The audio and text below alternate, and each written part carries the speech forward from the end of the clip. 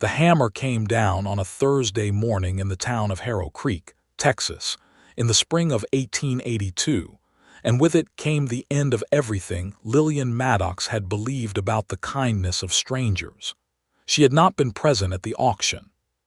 She had been 60 miles north, sitting beside the grave of her father, pressing her palms flat against the red earth as though she could reach down through the soil and pull back everything he had left her: the small cattle operation, the two-room house with the patched roof, the promise that someday things would be easier. She had not known about the auction until the banker's letter arrived 3 days later, delivered by a boy on a mule who looked sorry to have been sent at all. The letter told her, in the clipped and officious language that only men comfortable with other people's suffering could manage, that the debt her father had accumulated against his property, $142.60, had been purchased at public auction by one Perry Alden of the Alden Ranch, located approximately 12 miles south of Harrow Creek along the Clearwater Fork. It further explained that the terms of repayment were now at the discretion of Mr. Alden, and that she was encouraged to make contact with him at her earliest convenience to discuss the matter. Lillian read the letter twice. Then she folded it carefully, tucked it inside her coat, and looked out at the flat, dry land her father had loved to the point of breaking himself against it. She was 24 years old. She had $43 in a coffee tin beneath the floorboards, a horse named Copper who was going gray at the muzzle, and the particular kind of determination that women who had grown up watching the world take things from them tend to develop. She was not beautiful in the way that the word was used carelessly. She was striking, dark-eyed, with a jaw that said she had made decisions and stood behind them. Her hands were rough from working cattle and mending fence lines, and cooking in an iron skillet that was too heavy for one person to lift comfortably. She wore her dark hair pinned back with the pragmatism of a woman who had no time to be fussed with. She gave herself one evening to grieve, sitting on the porch steps of the house that might already have ceased to be hers, watching the sky go from gold to violet to black. She let herself feel the full weight of what had happened, the unfairness of it, the cruelty of an auction held while she was burying her father, the humiliation of owing something to a man she had never met. She pressed her teeth together and breathed through her nose until the worst of the anger passed. Then she went inside, slept 4 hours, and rose before the sun. She would go to this Perry Alden. She would bring what money she had. She would work out terms with whatever kind of man he turned out to be, and she would pay her father's debt and reclaim what was hers, and she would do it with her back straight and her eyes clear and without a single apology for the inconvenience of her existence. She rode out at first light. The road south was dry and rutted, flanked by scrub oak and mesquite that threw thin shadows in the early morning. Copper moved at an easy walk, and Lillian let her mind go still, cataloging what she knew and did not know. She knew Perry Alden was a rancher. She knew he had money enough to buy debt at auction, which meant he either had considerable means or had seen something in her father's land that she had not. That second possibility made her stomach tight. She did not know how old he was, what his disposition was, whether he was the kind of man who bought debt as a hobby of cruelty or the kind who bought it hoping for a return on investment. Either way, she intended to be prepared for him. The Alden Ranch came into view just past noon, a proper spread, larger than she had expected, with a main house that had been built in stages and showed it, a long bunkhouse set back from a corral where 4 men were working a horse, and a barn that had been recently whitewashed. It looked like a working ranch, not a gentleman's property, which told her something. The land around it was well kept, the fences in good repair, the cattle she could see in the distance fat and unbothered. Someone ran this place carefully. She tied Copper at the post near the corral and approached the house directly, because walking up to a ranch house like she was nervous would set the wrong tone immediately. A man came around the side of the barn before she reached the porch, and she knew without being told that this was Perry Alden. Not because of anything theatrical about his appearance, but because he walked like someone who owned the ground under his boots, not with arrogance but with a settled ease that came from knowing exactly where you stood in the world. He was perhaps 28 or 29, lean in the way of men who worked rather than men who starved, with sun-darkened skin and light brown hair that had gone a little long at the collar. He had a ledger book tucked under one arm and his hat pushed back on his head in the manner of a man who had been doing something that required him to squint at a distance. He stopped when he saw her, not with surprise, exactly more with the look of someone who has been anticipating something and is now measuring the reality of it against the expectation. "Miss Maddox," he said. It was not a question. "Mr. Alden," she said, and was pleased that her voice came out level. He looked at her for a moment in the direct way of the frontier, where no one had time for the social indirections of the East. There was nothing rude in it. It was the look of a man taking a fair account of a situation. Then he nodded toward the house. "Come on inside. I'll have coffee made." She followed him up the porch steps and through the front door into a main room that was functional and clean, a stone fireplace, a heavy table with 4 chairs, shelves built into the wall and filled with a disorganized mixture of ledger books, papers, and the occasional novel. A window let in the afternoon light. It smelled of coffee grounds and wood smoke and the faint mineral smell of well-worn leather. He went to the stove and poured 2 cups without asking whether she wanted one. She decided to take it as a reasonable assumption rather than an imposition. She sat down at the table without waiting to be invited because waiting to be invited put you at a disadvantage, and she was not here to be at a disadvantage. He set her cup in front of her and sat across from her and opened the ledger book on the table between them. She could see the entries from where she sat, columns of numbers in a neat, economical hand. "Your father's debt," he said, tapping the page with one finger. $142.60 accumulated against the property on the North Fork.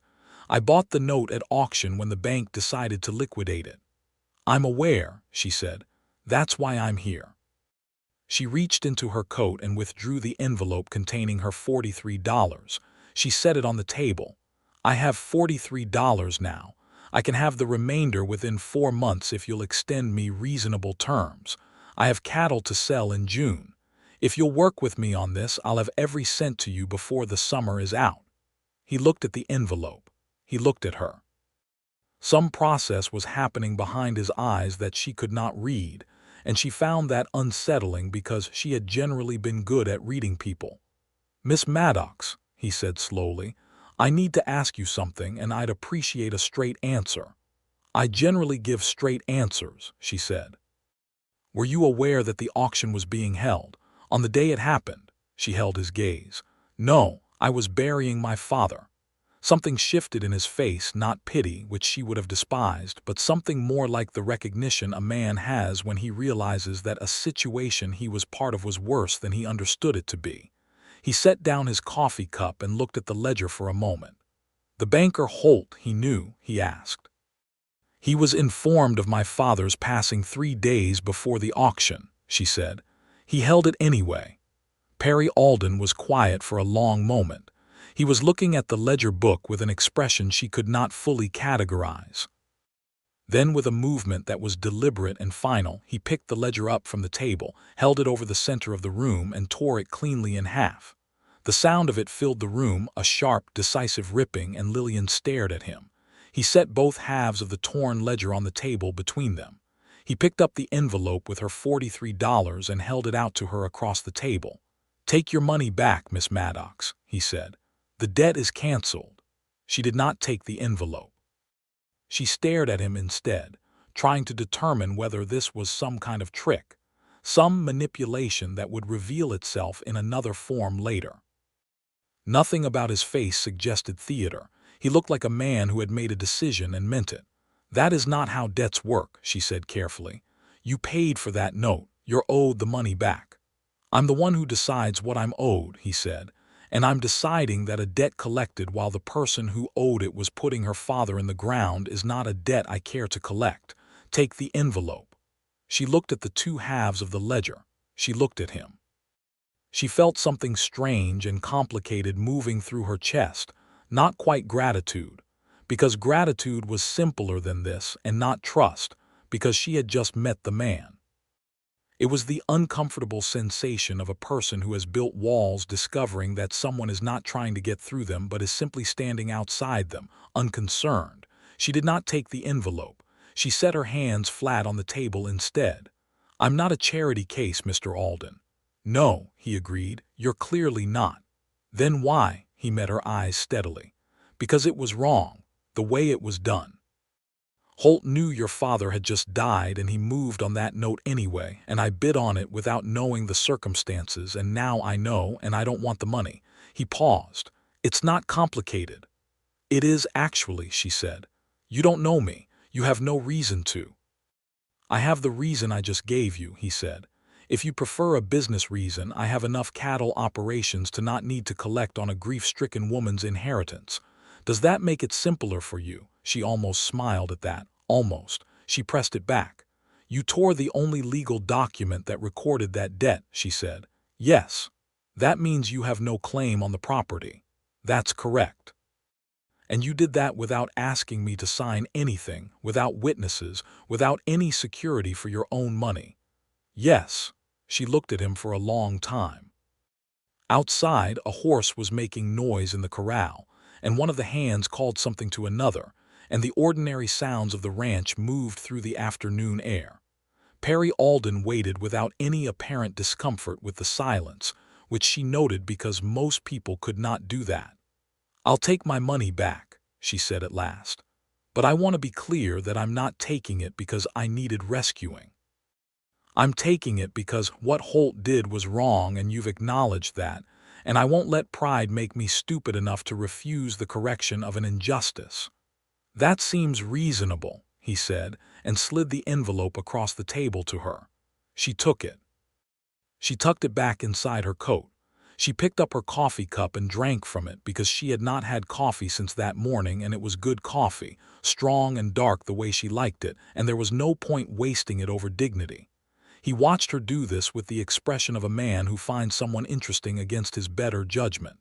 "Your father," he said after a moment. "He ran cattle up on the North Fork. 30 head, she said. He had more, but 2 bad winters cut the herd." She considered whether to say the next thing and decided she had already committed to straight answers. "He borrowed against the land to keep the operation going.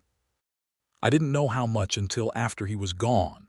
"Are the cattle still there?" 30 head, yes. I've been managing them." She set down her cup. "I intend to keep managing them." 30 head, he said thoughtfully. "That's a workable foundation." "I know it is," she said.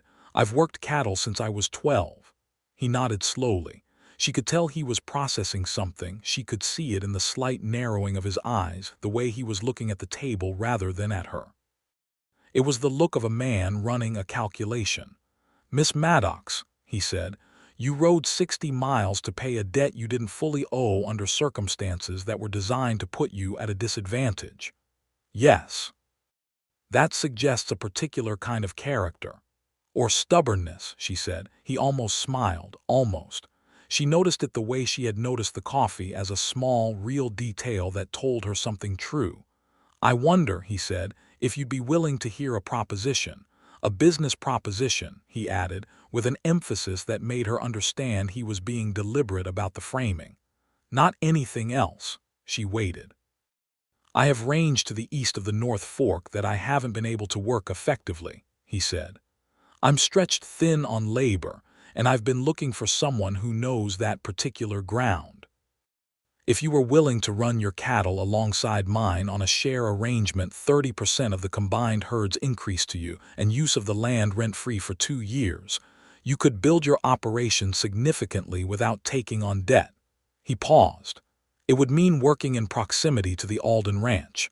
I'm not trying to absorb your property. You'd keep title. It's a partnership arrangement." She thought about it carefully. She thought about Gerald Holt at the bank, and the auction he had held, while her father was being laid in the earth. She thought about the $43 in her coat and the 60 miles of road behind her and the 30 head of cattle waiting on the North Fork. She thought about the torn ledger on the table. "Why would you offer that?" she asked. Because it's good business, he said, and because I can. He picked up his coffee cup. And because I owe you something for being part of a transaction that shouldn't have happened the way it did, even if I didn't know it at the time. You tore the ledger, she said. You already squared that. Maybe I'm offering because I think it's a good business arrangement, he said, with an evenness that made it hard to tell whether he was deflecting or simply being honest. Take the time to think on it. You don't need to answer today. She thought on it for approximately 60 seconds, which was longer than she needed, but she gave it to appear measured. Then she said, "All right, I'll hear the full terms. If they're fair, I'll agree." Over the next 2 hours, they talked through specifics at the heavy table in the main room of the Alden Ranch house, and Lillian Maddox discovered that Perry Alden was, whatever else he might be, a man who was meticulous about fairness in written agreements. He did not try to bury advantageous clauses in complicated language. He wrote the terms out in his clean, economical hand on a fresh sheet of paper, and read each line aloud before she was asked to consider it. She made 2 changes, one to the division of any cattle sold before the first year was out, and one to the notice period required if either party wished to dissolve the arrangement, and he accepted both without argument. When they signed the paper, she felt the odd, clarifying sensation of something settled. Not one, she was not the type to frame things in terms of winning against people she might need to work with, but settled, like a horse finally finding its footing on uncertain ground. He walked her back out to where Copper was tied, and she untied the horse and swung up into the saddle with the ease of someone who had been doing it for so many years it was automatic. "Mr. Alden," she said. He looked up at her from the ground, shading his eyes against the afternoon sun. "The coffee was good," she said. He laughed. It was a real laugh, surprised out of him, not polished or performed, and it changed his face considerably, making him look younger and more open. "Come back Tuesday and we can ride the East Range together, so you know what you're agreeing to." She nodded and turned Copper toward the road north. She rode back to the North Fork with the evening light painting everything amber and thinking about the torn ledger. She had been prepared to be worn down, to be diminished, to be treated as a complication to be managed. She had not been prepared for a man who looked at an injustice and simply refused to be part of it. She filed that information in a careful part of her mind and did not attach too much to it, because she had learned that attaching meaning to things prematurely was how a person got hurt. But she thought about it. She thought about it more than she intended to. The following Tuesday she rode back to the Alden Ranch with the early morning dew still on the grass, and Perry Alden was waiting at the corral with 2 horses saddled. They rode east along the Clearwater Fork for the better part of 2 hours, and he showed her the range, the quality of the grass, the water sources, the natural fence lines formed by the rocky terrain on the northern edge. He talked about it the way people talked about things they actually understood rather than things they merely owned, and she listened and asked questions that he answered thoroughly without condescension.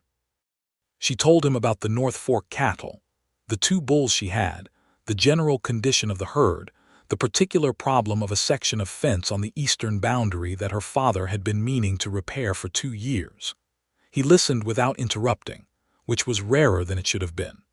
By the time they turned back toward the ranch, it was mid-morning, and the sun was properly warm, and the land smelled of sage and dry grass and the creek water they were riding along.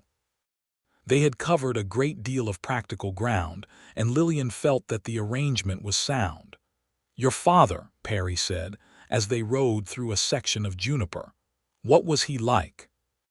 She considered the question.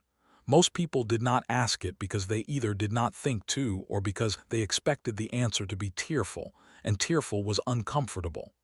Perry Alden was asking with the same plain directness with which he asked everything, as though it was simply information he wanted.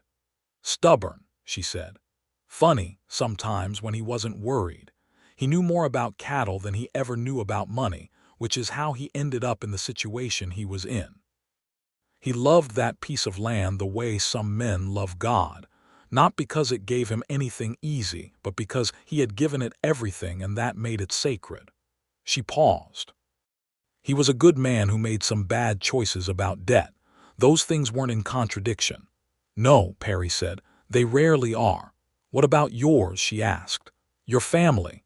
My father built this ranch, he said.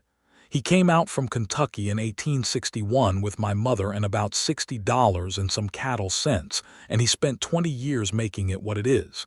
He passed 3 years ago. My mother went back east to live with her sister, which I think is what she wanted all along, but was too devoted to say while he was alive. He looked at the line of hills to the east. I have a younger brother in Abilene who thinks cattle are undignified. He's studying law. And you stayed, she said. I stayed, he agreed. It was never a question for me. I know what I am and what I'm for.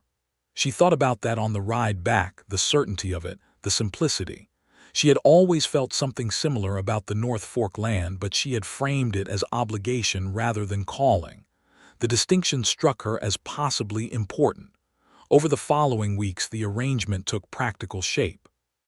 She moved her cattle to the shared range and integrated them carefully with the Alden herd.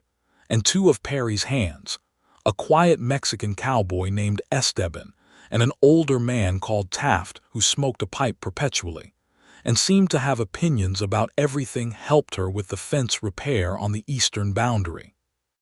Perry himself worked alongside them one Saturday, sleeves rolled to the elbow, digging post holes in the rocky ground without ceremony, and she found herself watching him without meaning to, and then looking away before he could notice.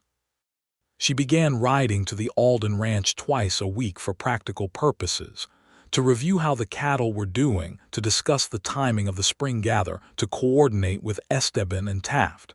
Inevitably, she began staying for coffee, then for lunch, then once for supper, when the conversation about the summer plans for the herd ran longer than expected, and the light went golden and Perry said there was a pot of stew on the stove that was more than enough for two, and she saw no sensible reason to refuse. They talked about many things over those meals and those coffees. She learned that he read considerably more than his bookshelves might have suggested, that he had a dry and precise sense of humor that emerged only after you had demonstrated you could recognize it, that he was quietly furious about the way the frontier land was being consolidated by speculators who had never set foot in Texas, and that he was deeply patient about almost everything except dishonesty, which shortened his patience to nothing. He learned that she had a remarkable memory for figures and could calculate cattle values in her head faster than most men with a pencil, that she had strong opinions about fence design, that she had read considerably herself. Her father had been a reader and had sent east for books regularly, which had strained his budget but given her a particular quality of mind, and that she rarely said anything she had not thought about first. Neither of them said anything direct about what was growing between them. The frontier was not a place for such conversations, generally speaking. But it was there, and they both knew it was there, and the knowledge of it moved under every practical exchange like a current beneath still water. The spring gather came in late April, and for a week Lillian worked alongside Perry's hands driving cattle across the East Range, cutting and sorting and branding calves, while the Texas sun hammered down and the dust rose, and everyone was saddle-worn and sunburned by the end of each day. It was exhausting and hot and loud, and she loved it. She had grown up doing exactly this, and there was a particular pleasure in doing the work you were made for alongside people who were also doing the work they were made for. Perry worked the gather himself, which she had expected. He was not the kind of rancher who delegated everything and watched from the shade, and watching him work was interesting. He had an easy authority with the cattle and with the men, the kind that did not need to be asserted because it was simply there. He moved through the day's work efficiently and without drama, and at the end of the long days he would sit on the fence of the corral and look out over the gathered herd with a satisfaction that he did not try to hide. One evening near the end of the gather week, with the sky gone deep blue and the stars beginning to emerge and most of the hands in the bunkhouse, She sat beside him on the corral fence with her hat in her hands and her aching legs hanging over the rail and felt, more strongly than she had allowed herself to feel before, that she did not want to go home. "Your numbers are good," he said. "7 new calves in your portion. That's a strong increase for 30 head over winter." "They were well tended," she said. "By you, by me, and by Esteban, who I think understands cattle telepathically."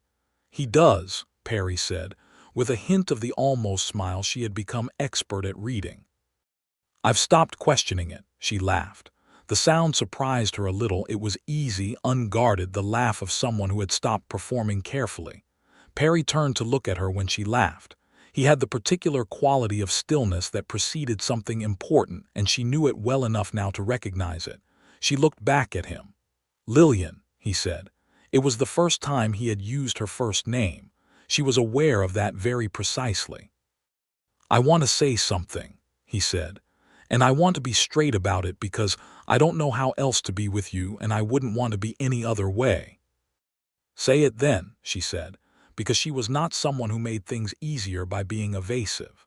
"I have been trying very hard," he said, with a deliberateness that suggested he was choosing each word carefully, "not to complicate what is a functional and fair business arrangement with anything personal. Because I respect the arrangement and I respect you. And the last thing I would want to do is put you in a position where you felt obligated or uncomfortable." She waited. "I'm not entirely succeeding at that," he said, looking at her steadily. "And I thought honesty was better than pretending I was succeeding when I wasn't." She held the brim of her hat in both hands and looked at the dark shapes of the cattle in the corral below them. The night air smelled of grass and dry earth and the faint wood smoke from the bunkhouse. A coyote called somewhere distant. "I have been trying to do the same thing," she said, "with similar results." The silence that followed was not awkward. It was the silence of two people who have just said something real and are sitting with the reality of it. "I don't know what to do with that," she said, not because she was uncertain of her feelings but because the situation had a complexity she was respecting. "What the arrangement is, what it means if this changes things." "The arrangement holds," he said. "Whatever else happens, the arrangement holds. I wouldn't use one to leverage the other. That's not who I am." "I know," she said, and she did know with the certainty that came from weeks of careful, attentive observation. "That's part of the problem." He looked at her quizzically. "If you were a more obvious sort," she said, "it would be easier to talk myself out of it." He did smile fully then, and she let herself look at it without looking away. "I'm sorry to be inconvenient," he said. "No, you're not." "No," he agreed, "I'm not." They sat on the fence rail in the warm dark of a Texas spring night while the cattle shifted below them and the stars arranged themselves overhead. And eventually his hand found hers on the rail, not dramatically, not with any production, just the quiet placement of his palm over her fingers, and she turned her hand over and held on. They did not kiss that night. It would have seemed too fast for both of them, though neither said so. What happened instead was that they stayed there for another hour talking quietly about nothing of consequence, about a book she had been reading, about a fence repair needed on the west boundary, about whether the summer would be as dry as the last, and the conversation was ordinary and easy and warm, and underneath it was the particular electricity of something new and real. She rode home at midnight and did not sleep well, but for reasons she found she did not mind at all. In the days that followed there was a naturalness to the shift that surprised her. He called her Lillian. She called him Perry. When she arrived at the ranch for their Tuesday ride he was waiting with the coffee already poured, and when she stayed for supper she helped with the cooking without being asked, and he did not make it awkward with excessive gratitude. There was a domesticity in it that should have frightened her and instead felt like putting on a well-fitted coat. He rode with her one afternoon to the North Fork to look at her property, the small house, the land, the fence lines, the creek that marked the northern boundary. He was respectful of the space, did not presume to make recommendations she had not asked for, and she found herself showing him things she had not shown anyone. The corner of the back pasture, where the wildflowers grew thickest in spring, the place along the creek where her father had carved his initials into a cottonwood tree decades ago, the view from the rise at the east end of the land, where on a clear day you could see the hills going purple in the distance. He loved this view, she said, standing on the rise with the wind in her hair. I understand why, Perry said, standing beside her. She looked at the carved initials on the cottonwood JM, for James Maddox, and felt the grief move through her cleanly, the way grief does when you have stopped fighting it. Perry stood beside her without saying anything, and she was grateful that he knew when silence was the right thing. They rode back together through the low afternoon light, their horses moving at the same easy pace, their shoulders occasionally close enough that she could feel the warmth of him even through the cool air. I want to address something, she said, as the Alden ranch came into view on the horizon. All right, he said. Holt, she said. Gerald Holt at the bank. What he did was not just wrong. It was a pattern. He has done it before, and he will do it again, to people who don't have the option of riding 60 miles to dispute it. I've been thinking about what to do with that. Perry was quiet for a moment. I've been thinking about it too, he said. What are you considering? There are 12 people in Harrow Creek and the surrounding area who I know of personally who have had Holt run similar arrangements, she said. Debts purchased at auction under circumstances that prevented the debtor from knowing or responding. He does it when people are in crisis, illness, death, drought. He waits for the worst moment. That is precisely what he does, Perry said, and his voice had the particular edge of controlled anger she had come to recognize. I did not know the full extent of it when I bid on your father's note. Since then I have looked into it more carefully. What did you find? Enough, he said. He operates in a gray area of the law, but only just. A complaint to the state banking authority, properly documented with enough signatures from affected parties, would open a formal inquiry. Would you sign? I would do more than sign, he said. I would write the primary letter and ride to Austin with it myself if that's what it required. She looked at him. The afternoon light was in his eyes, and he was watching her with the steadiness that she had come to think of as essentially his, not the steadiness of someone who was held back, but of someone who was entirely present. Then let's do it, she said. Over the following 3 weeks they built the case together, which turned out to be a considerable undertaking. Lillian rode to speak with people she knew in the region, the widow Carrington, who had lost 30 acres when her husband died, the Vasquez family, who had been pushed off a piece of grazing land they'd held for 8 years, old Silas Hammond, who had been drinking himself into oblivion for 2 years over a loss he barely understood. She took careful notes of each account, writing down dates and amounts in the notebook Perry had given her for the purpose, and each account she wrote down made the whole picture clearer and more damning. Perry spoke to his contacts in Harrow Creek itself, the men he did business with, the sheriff's deputy who owed him favors, the county clerk who had stamped the auction paperwork and felt, Perry sensed, not entirely comfortable about it. He also sent a carefully worded letter to his brother in Abilene, asking for legal guidance on how to structure the formal complaint. His brother, Marcus, wrote back within a week with 3 pages of close-written advice that Lillian read twice and found thorough and useful. She said so, and Perry told her Marcus would be gratified, and she said she would write him a note of thanks, and Perry looked at her with the expression she had started privately describing to herself as the one he wore when she did something that got past his defenses, and she filed that away as well. They sat together many evenings that spring working on the complaint document, with the lamp burning on the table between them and the night sounds coming through the windows, and the peculiar domestic intimacy of shared work pulling them closer without either of them having to make a production of it. His shoulder was against hers some evenings, and she stopped pretending she didn't notice. One night she looked up from the papers to find him watching her. Not with the patient observation she knew so well, but with something more unguarded than that, something she recognized because she had felt it herself but had worked to keep her face from showing. "Perry," she said quietly. "I know," he said. "I'm not trying to. "You don't have to apologize for looking at me that way," she said, "when I am looking at you the same way right back." He was very still for a moment. The lamp made soft shadows around them, and outside the June night was warm and full of sound. "Lillian," he said, with the particular quality of her name in his voice that made it feel like something he was saying for the first time. She leaned across the corner of the table and kissed him. It was not tentative, because neither of them was a tentative person, and it was not brief, because neither of them was in a hurry now that the thing had finally arrived. His hand came up to the side of her face, and she felt his thumb at her cheekbone and the warmth of his palm against her jaw, and she thought, with the clear, still certainty of a thing known completely, that this was right. When they drew back, he was looking at her with an expression she had never seen on him before, open in a way his face generally was not, stripped of the quiet, careful management he usually maintained.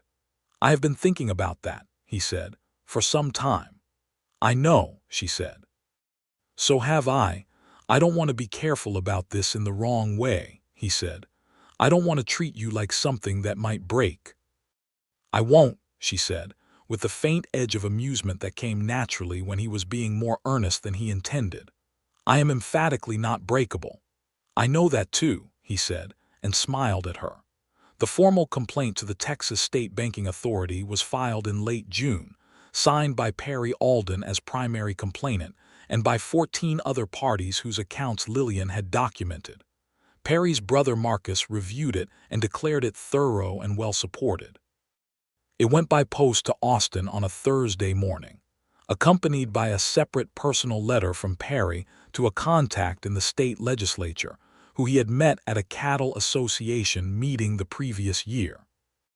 Gerald Holt was notified of the inquiry in July. Lillian heard from the county clerk, who had become unexpectedly forthcoming now that the wind seemed to be changing, that Holt had gone a noticeable shade of gray when the notification arrived. The formal inquiry would take months, possibly longer, but the process had begun, and there were enough signatures on the complaint that it could not be quietly shelved. "It won't undo what was done to your father," Perry said to her when they heard that the inquiry was proceeding. "No," she said, "but it may stop it being done to the next person." She thought of old Silas Hammond and the widow Carrington and the Vasquez family, who had eventually found good land east of Harrow Creek but had been set back years by Holt's maneuvers. "That counts for something." "It counts for a great deal," he said. The summer settled into its full heat, and the cattle on the shared range grew fat and the creek ran clear, and the work was steady and good. Lillian had moved her management of the North Fork property into a daily rhythm that she was proud of, and the cattle numbers were improving visibly.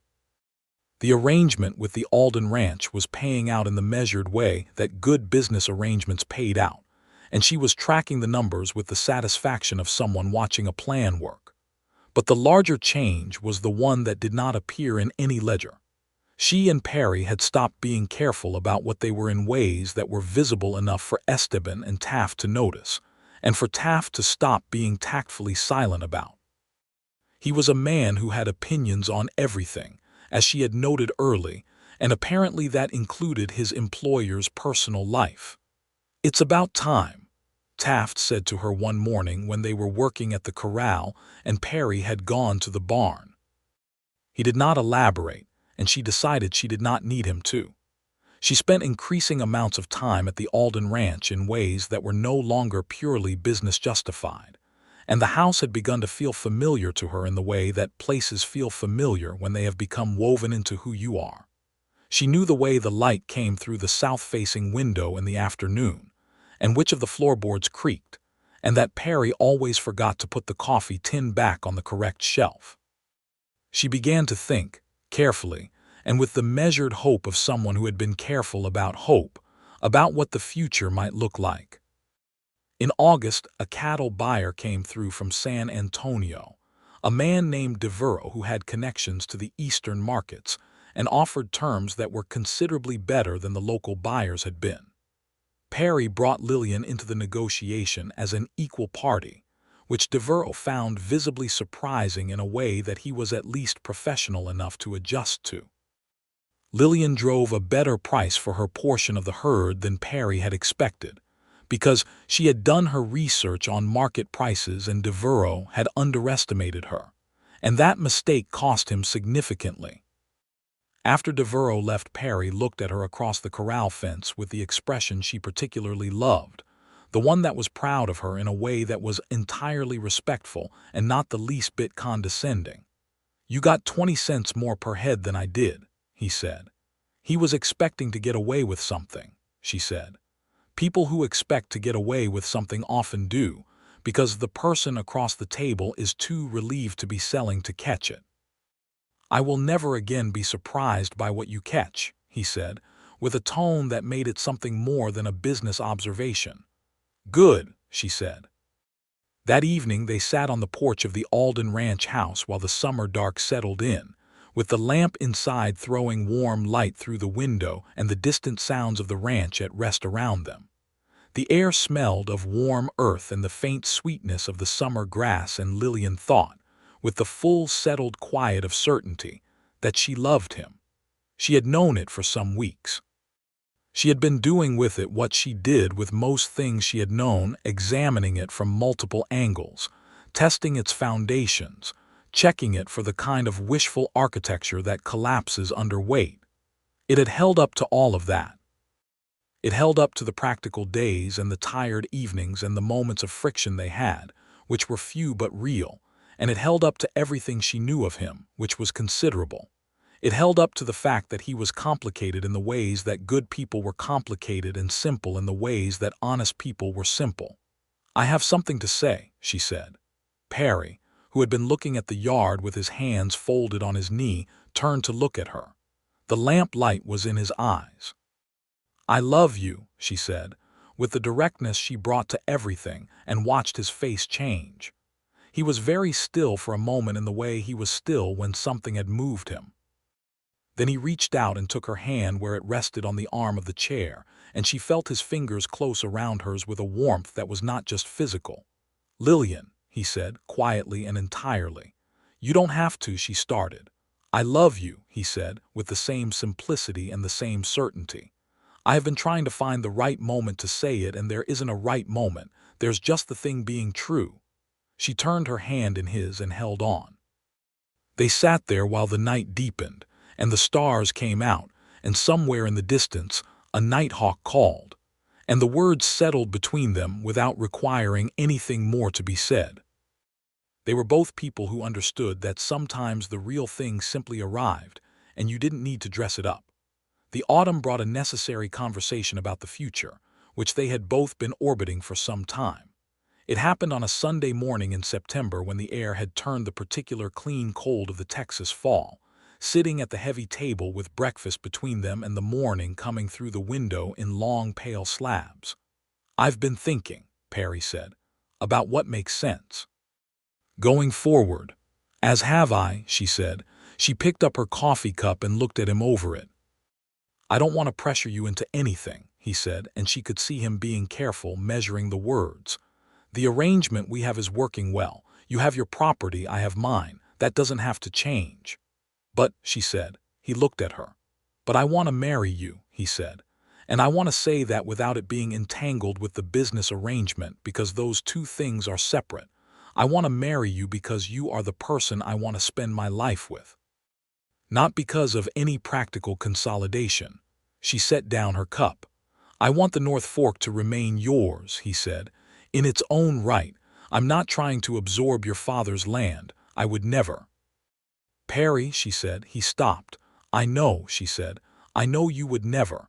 That is one of the things I know about you." She looked at her hands on the table and then at him. "I want to marry you too. I've been wanting to say it for some time. I was waiting to be sure you wanted it said."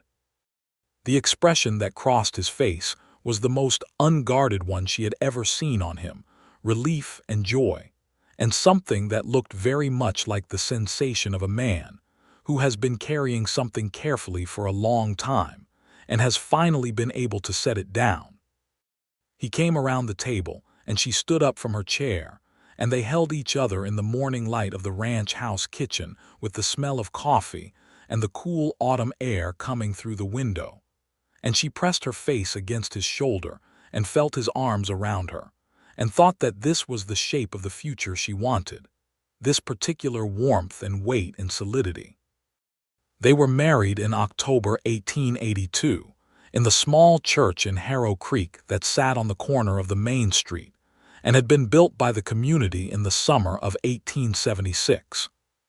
The ceremony was conducted by the Reverend, a tall, thin man named Pastor Greer who had a talent for brevity and honesty that both Lillian and Perry appreciated. Esteban stood beside Perry as witness, solemnly dressed in his good jacket, and the widow Carrington, who had become an unlikely friend to Lillian through the process of the banking complaint, sat in the front row with damp eyes that she would have hotly denied if anyone had mentioned them. Taft smoked his pipe outside the church door through the entire ceremony on the grounds that he was not much for churches, but he wanted to be there. Lillian wore a dress she had made from fabric she had ordered from a dry goods catalog in San Antonio, a deep blue that went with her dark eyes and that she had spent 3 evenings sewing, more carefully than she generally sewed anything, with the lamp close and the work precise. She had her dark hair down, which she almost never did, and Perry looked at her when she came down the church aisle in a way that made everything else in the room disappear. The vows they spoke were the traditional ones because there was no need to improve on them. They both meant every word of them and meant them without reservation. Afterward there was a gathering at the Alden Ranch, the Hands and a collection of neighbors and acquaintances who filled the yard with talk and laughter, and the smell of the cook fire where Esteban and one of the other Hands had been roasting meat since morning. Someone produced a fiddle, and there was dancing on the packed earth of the yard, while the October stars appeared overhead one by one. Perry danced with her once, which was once more than he generally danced, and he was not a natural dancer, but he was willing, and she led him through it without letting him feel led, which she managed by being very good at it and very discreet about that fact. "You're much better at this than you've let on," he said, close to her ear. "I'm better at many things than I've let on," she said. "I know," he said. "I find that completely believable." His hand was warm at her back and they were moving in a rough approximation of the fiddle's rhythm, and she was, she realized, as happy as she could remember being. The wedding night was theirs and private and not for the telling, but it was the beginning of something that was warm and whole and entirely honest, which was exactly what both of them had always wanted without always knowing how to ask for it. They settled into their life together with the ease of 2 people who had been circling toward the same place from different directions and had finally arrived. Lillian's property on the North Fork was kept in her name, as Perry had promised, and she managed it as her own operation within the broader context of what was now their shared life. She continued to run her cattle with the same precision and care, expanding the herd steadily as the business arrangement paid out. The banking complaint against Gerald Holt was resolved in February of 1883, when the state banking authority completed its inquiry and found in favor of the complainants. Holt was removed from his position at the Harrow Creek Bank, assessed a significant financial penalty, and barred from the banking profession in the state of Texas. The Vasquez family received a partial restitution for their losses. The widow Carrington received something similar. Silas Hammond, who was too far gone into drink to benefit directly, at least had the satisfaction of knowing what had been done to him was formally acknowledged as wrong. Lillian read the notice of Holt's removal from a letter delivered by the same boy on a mule who had brought her the news of the auction nearly a year before. She read it twice and then set it on the table and felt something release in her chest that she had not entirely known was still there. Perry was standing in the doorway when she looked up, having come in from the yard. He read her face. "Holt," he said. "Gone," she said. "The inquiry ruled against him." He nodded slowly. He came to the table and picked up the letter and read it, and she watched the same thing happen in him, the quiet satisfaction of a wrong thing being officially named as wrong. He set the letter down and looked at her. "Your father," he said, "would be proud of what you did." She felt the truth of that move through her in the particular way that true things moved. He was stubborn enough to see it through, she agreed. I suppose I got that from him. Entirely, Perry said, with the warmth in his voice that she would never tire of. Spring came to the Clearwater Fork with the particular generosity that good springs in Texas could have, the grass thick and green, the creek running full and clear, the land smelling of rain and new growth. Lillian discovered in March that she was expecting a child, a discovery that arrived with the mixed swirl of emotions that such news produced in a woman who was practical about large things and complicated by them at the same time. She told Perry on a Tuesday evening after supper, sitting at the table with the lamp between them and the spring night coming through the open window. He was quiet for a moment, in the way he was quiet when something had hit him squarely. Then he looked at her with the full open expression she had learned to love, unguarded, real, stripped of the careful management he sometimes applied to himself. "Lillian," he said. "Yes," she said. "I know. Are you all right?" He asked because he asked that kind of question first before the larger ones. "I am," she said. "I'm healthy and I'm strong and there's no reason to expect any difficulty." She paused. "I find I'm more moved by it than I expected to be. I don't entirely know what to do with that."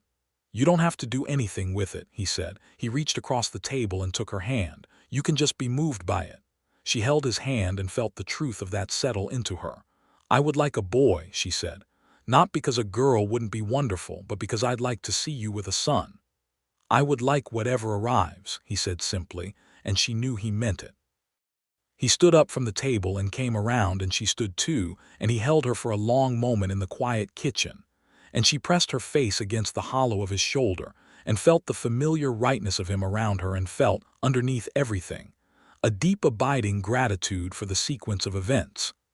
The debt, the auction, the 60 miles of road, the torn ledger, the coffee, the partnership, that had brought her to this particular place. The summer of 1883 was the hottest the Clearwater Fork had seen in a decade. But the cattle flourished, and the water held, and the operation grew steadily. Lillian managed the North Fork property with her usual precision through most of her pregnancy, and when the work became physically demanding, Perry did not tell her to stop. He simply arranged for extra hands to cover what she could not comfortably do without her having to ask, which was the right approach and the one she appreciated. She spent more time in the evenings on the porch of the ranch house in the days of late summer, watching the light change over the land and reading, and sometimes Perry would come and sit beside her after the day's work was done, and they would not talk much but would simply be there together with the warm dark and the ranch sounds around them, and it was one of the best kinds of quiet she had ever known. Marcus Alden came from Abilene in September, arriving on the stage with 3 cases of luggage and the slightly disheveled appearance of a man who spent his life in an office and found the physical world somewhat more demanding than he preferred. He was 25 and looked like Perry but softer around the edges, with their mother's lighter eyes and a quick, nervous intelligence that expressed itself in rapid speech and a tendency to make jokes to fill silences. Lillian took to him immediately. He reminded her, in some oblique way, of the books she had read growing up, full of ideas and observations, and the particular kind of humor that came from seeing the world clearly and finding it both absurd and wonderful. He clearly adored his brother and was trying hard not to show how much he liked her, because he was at the awkward age of not wanting to seem enthusiastic, and she found the effort endearing. He stayed 2 weeks and spent a great deal of it talking to Lillian about the banking complaint and its legal implications, because he had followed the proceedings with professional interest, and also talking to her about the books on the shelf that he noticed she had clearly read because her bookmarks were still in them. "My brother picked well," he said to her, in a moment when Perry was occupied elsewhere, with the slightly sideways honesty of someone who had had 2 glasses of whiskey after supper and was less guarded than usual. "He did," she agreed without any false modesty. Marcus laughed. "He said you were direct." "Is that what he said?" He said quite a few things, Marcus said. Most of them were about cattle, which in my experience means he is very deeply impressed and doesn't entirely know how to say so. She smiled at that, because it was accurate, and because she loved Perry all the more for it. Their son was born in November 1883, in the ranch house on the Clearwater Fork, attended by the midwife who served the region, a no-nonsense woman named Clara Sands, who had delivered more children on the frontier than she could accurately count and had strong opinions about all of it. Perry was present in a way that was not always done, but that neither of them had considered an alternative to. He was there through the long hours, and Lillian held his hand through the hardest of them, and when it was over and Clara placed the boy in her arms, she felt a love so large and immediate that it was almost frightening, not the cautious, measured love she had given to other things, but something wild and total. She looked at Perry over the head of their son and saw the same thing in him, naked and unguarded on his face. "James," she said, "for my father." "James," he agreed, without a moment's hesitation. James Perry Alden arrived in the world small and loud and entirely himself, with dark hair like his mother and the beginning of his father's habit of looking at everything with a quiet, serious assessment. He was, they both agreed privately, perfect, though Perry said this only to Lillian and would have denied it to anyone else on the grounds that it was embarrassing. The winter was cold and good and full. Lillian recovered with the efficiency of a healthy woman who had never been gentle with herself, and by the time the spring grass was coming in, she was riding again and managing her property with the same precision she always had, except that James was often bundled against her on the short rides, looking at the world from under the blanket with wide, dark eyes. Perry watched her riding across the North Fork land with the baby bundled against her chest, and felt something that was not quite describable in practical language, a fullness that he had not known to expect and now could not imagine having lived without. The business continued to grow. The partnership arrangement that had begun as a practical solution to a desperate situation had become, over the intervening years, something considerably more, a genuinely collaborative enterprise, with Lillian's meticulous financial sense and Perry's operational instincts working together in ways that made each better. Their herd had grown to over 200 head combined, and they had expanded into a small breeding program that Perry had been wanting to try for years, and that Lillian had worked out the mathematics for in an afternoon. They had disputes, because they were both people with strong opinions, and neither was the type to yield simply for peace. There was a notable argument in the spring of 1884 about the timing of a particular sale that went 3 days before they resolved it, and during those 3 days, the house had a particular quality of charged silence that Esteban and Taft managed with the practiced ease of men who had seen it before and were confident it would resolve.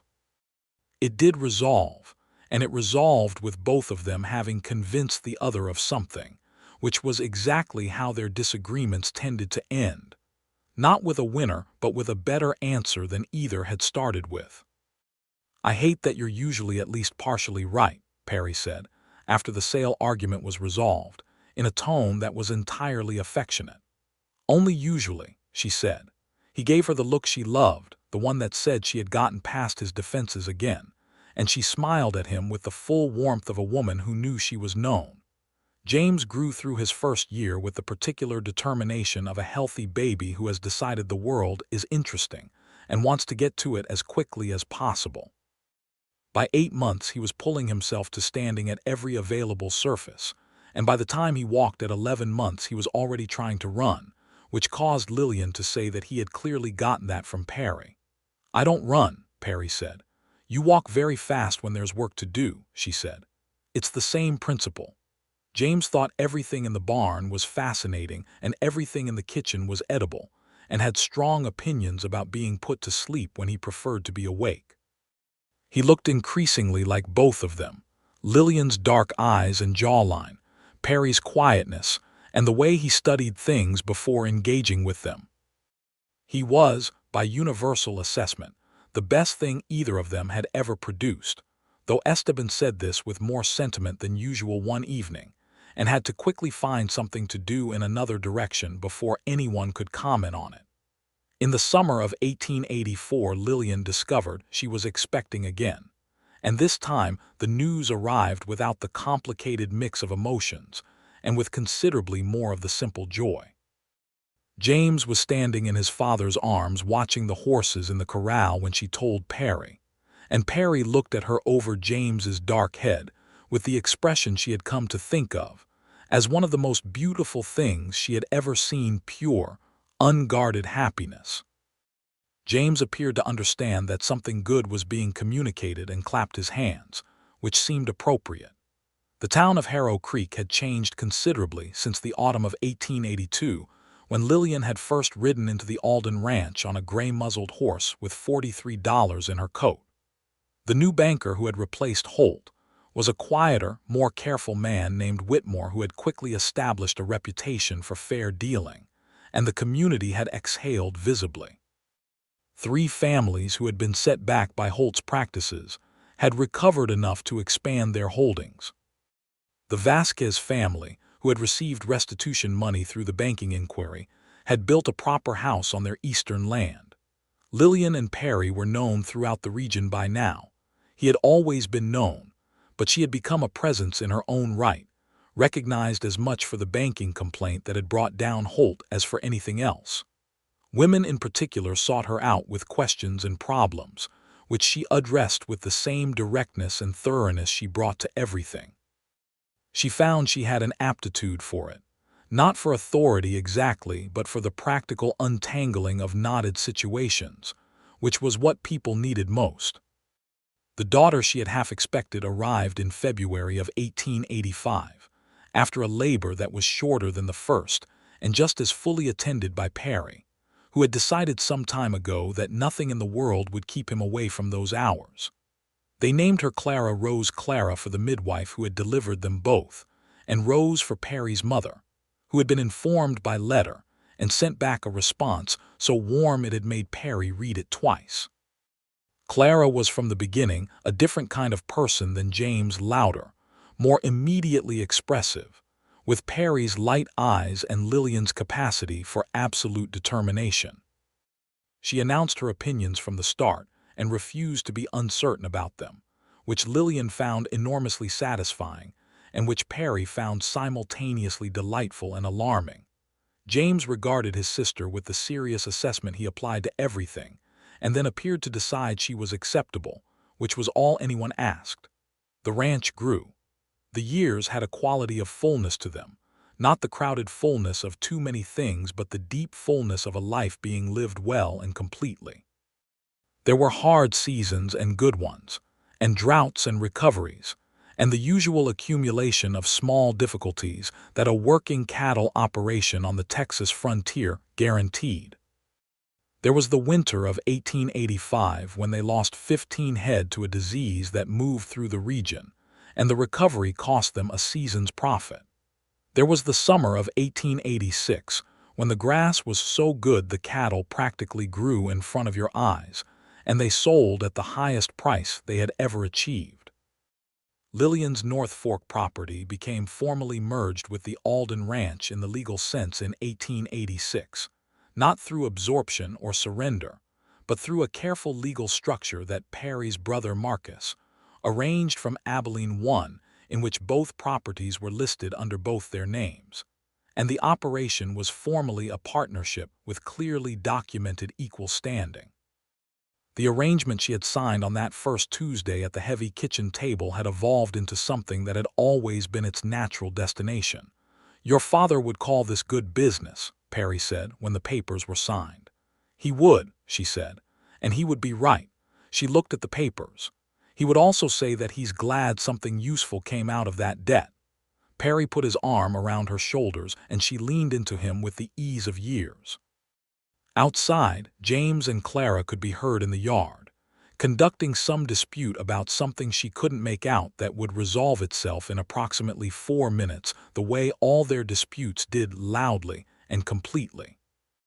Marcus came again in 1886, this time with a young woman he introduced as a leaner, who was 22 and who Lillian liked immediately for the same reason she had liked Marcus.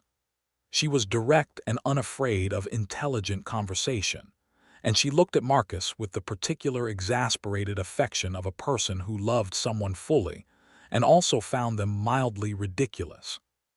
Perry shook Marcus's hand and told him quietly that she was an excellent choice, and Marcus tried not to look moved by that and failed. Alina was a teacher, and she spent 2 weeks at the ranch talking to Lillian about the possibilities for education in the frontier regions, which was a subject Lillian had been thinking about herself since James had reached the age where his education was becoming a practical question. The nearest school was 8 miles away, and the instruction was inconsistent, and she had been reading everything she could find on what other frontier communities were doing.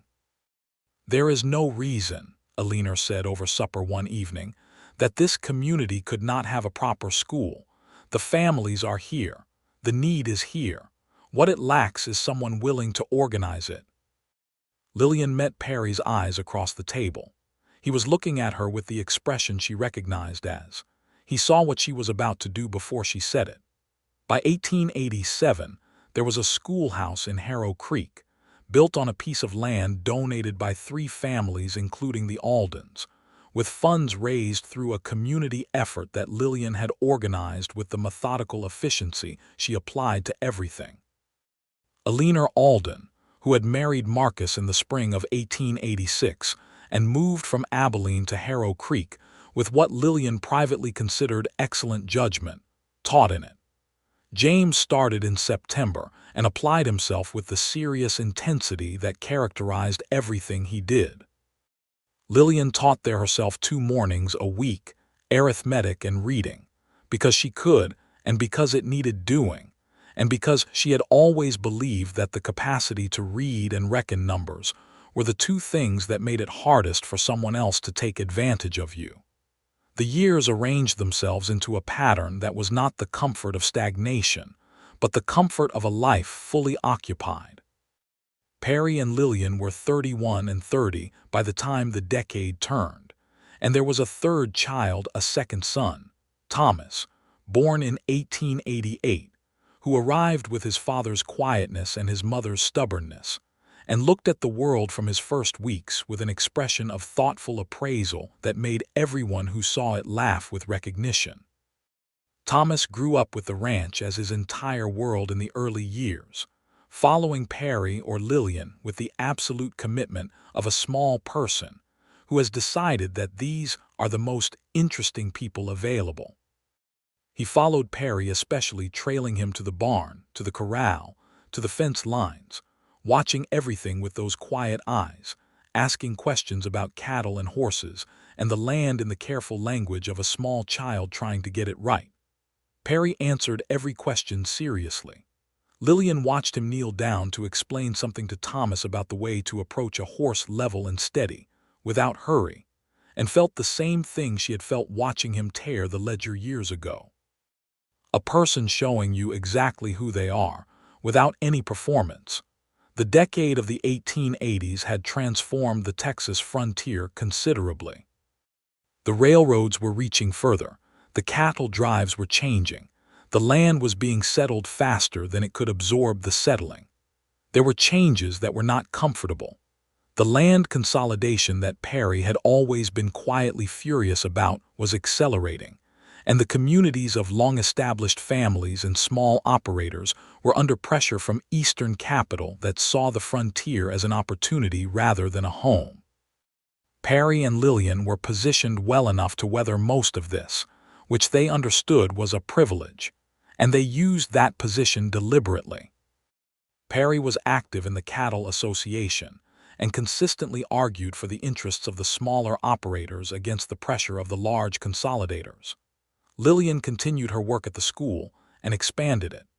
By 1889, there were 2 teachers and 23 students, including children from 2 of the Mexican-American families in the area who had been uncertain of their welcome, and who Lillian had made clear were not just welcome but needed. James could be found most evenings in the schoolhouse when his mother was teaching there, helping the younger children with their reading in the serious, patient way that was entirely his own. Clara at 4 was already attempting to teach Thomas what she knew, which was an exercise that went better in concept than execution, but that everyone agreed showed the right instinct. One evening in the autumn of 1889, with James 6 and Clara 4 and Thomas, a solid 1-year-old on Perry's knee, they sat together on the porch of the ranch house in the cooling evening air. The land was going golden around them. The ranch sounds moved through the dusk. The stars were beginning. "Do you ever think about the auction?" Perry asked. She considered the question. "Sometimes," she said, "not with bitterness now, more like looking back at a road, seeing where the turning was." "The ledger," he said. "Yes," she said, "the ledger." She looked at him. "You made a decision in about 3 seconds. I made it before you got there," he said quietly. "When I looked into the circumstances and understood what Holt had done, I had the ledger ready. I was just waiting to be sure I understood the situation correctly." She looked at him. "You were prepared to tear it up before I even arrived." "I was prepared to do the right thing," he said simply. She reached over and took his hand where it rested on his knee.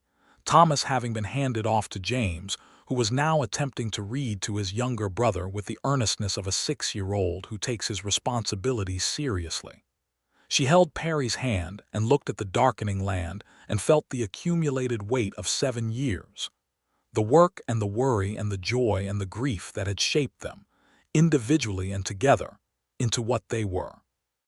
"I rode 60 miles, she said, "to pay back $142 to a man who tore up the only record of it before I could."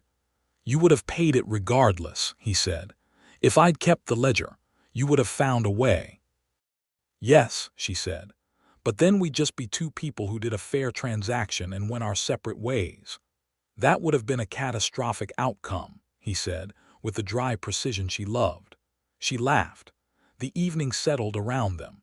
James's voice carried from inside, reading something aloud to Thomas, who was clearly too young to follow the words but was thoroughly content with the sound of his brother's voice. Clara had fallen asleep on the porch swing, bundled under a blanket, with the total abandonment of small children who fall asleep in the middle of everything. "Perry," she said. "Lillian," he said.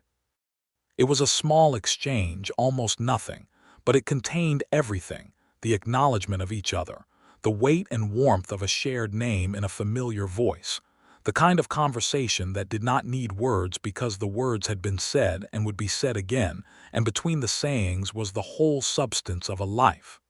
The years continued. The children grew. James became the kind of boy who could be trusted with serious responsibilities, and was given them, riding fence lines by himself, by the time he was 10, managing the spring count on the North Fork herd with a precision that made Lillian's chest ache with pride. Clara became someone who had opinions about everything, and expressed them with the force of her mother and the exactness of her father, which made her, at 7 and 8 and 9, a formidable person who the adults on the ranch had learned to take seriously.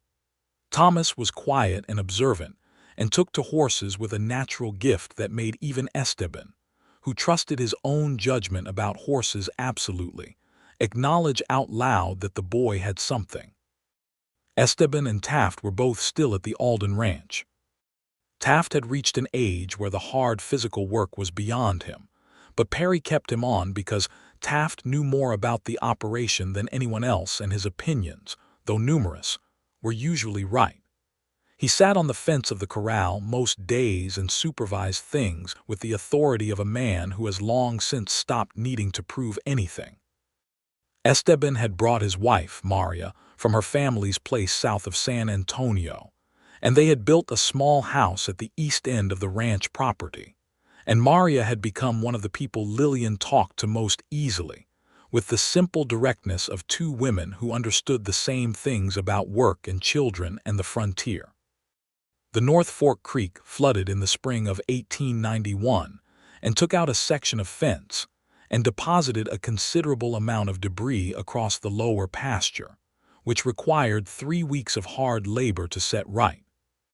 The whole operation turned out for it Perry and James and Esteban, and the hands and Lillian herself, working the mud and the tangled brush, and the splintered fence posts with the collective practical competence of people who had done hard work all their lives and approached it without complaint. At the end of the last day, with the fence repaired and the pasture cleared and everyone mud-stained and exhausted, they stood in the evening light looking at the work done. Perry's hand found Lillian's. She leaned into his shoulder. James, 13 and nearly as tall as his father, stood with his arms crossed looking at the repaired fence line with the expression of a young man who has done something and knows it was done well.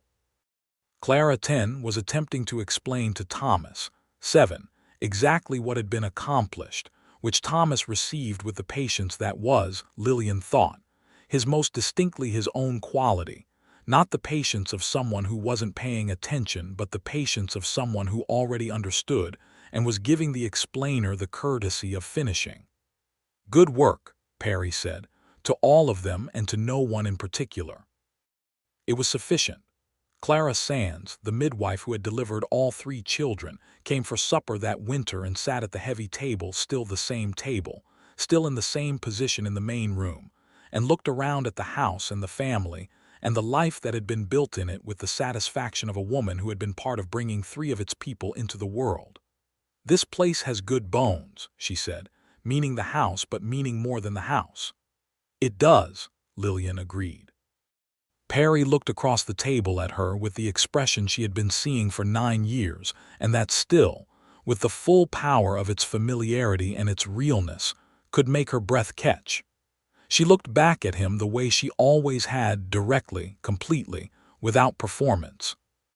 James was telling Clara Sands about the school with the controlled enthusiasm of a boy who was genuinely interested in the subjects he was studying. And Clara the child was correcting certain points of his presentation with the confidence of someone who was also a student there and felt her perspective equally valid. And Thomas was eating his supper with the methodical thoroughness that he brought to most activities. And Perry was watching his family at the table with the settled warmth of a man who is exactly where he should be. Lillian looked around the table, the lamp in the center of it, the faces of the people she loved, the smell of the supper and the wood smoke and the cold autumn air coming through the window she had cracked open because the room was warm, and felt the completeness of it. She thought about the letter that had arrived by mule boy in the spring of 1882, and the 60 miles of road, and the way she had told herself she would go and pay the debt and keep her back straight and her eyes clear. She thought about the sound of the ledger tearing. She thought about the envelope with $43 that had come back to her across the table without condition or demand. She thought about every Tuesday ride and every cup of coffee and every evening on the porch and every year of the shared work of a life. She thought about James at 5 years old following Perry to the barn in the early morning, and Clara's laugh that filled a room completely, and Thomas standing still and patient while a horse smelled his hand for the first time. She thought about the schoolhouse and the women who had come to her with questions, and the families who had been set back by Holt and had found their footing again. She thought about Esteban and Maria in their house at the east end of the property, and Taft on his fence rail, and Marcus and Alina in the house they had built near the schoolhouse in Harrow Creek. She thought about her father and the carved initials on the cottonwood by the North Fork Creek, and the view from the rise at the east end of the land where the hills went purple in the distance. She picked up her coffee cup and drank from it, still strong and dark, the way she liked it. Perry had made it as he made it every morning, knowing without asking how she took it. "It's a good life," Clara Sands said, looking around the table.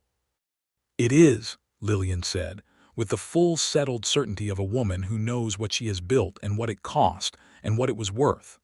Outside, the Texas night settled over the Clearwater Fork. The stars arranged themselves in their ancient order over the flat dark plain. The cattle moved in the far pasture with the patient slow sound of animals at rest. The fence lines that had been mended and the debts that had been torn away and the roads that had been ridden and the coffee that had been poured, and the hands that had been held. All of it was here, accumulated and real. The full weight of a life that had been made from a hard beginning by two people who were exactly what the other needed without ever having looked for it. Perry reached across the table and covered her hand with his. She turned her hand over and held on. The lamp burned warm and the family talked, and the night outside was full and clear, and the land was theirs, not in the simple sense of ownership, but in the deeper sense of belonging, the sense of two people who have given their work and their love and their honesty to a place until the place gives it back in kind, until the whole of it, the house and the land and the children and the years, is not separate from them, but is them, entirely the shape of every right thing they had chosen. The cottonwood on the North Fork Creek had the initials J.M. carved into its bark. Beside those initials, in the spring after their wedding, Perry had carved, with Lillian's hand guiding his in the way of something private and permanent, the letters L.A., for the new name she had made her own.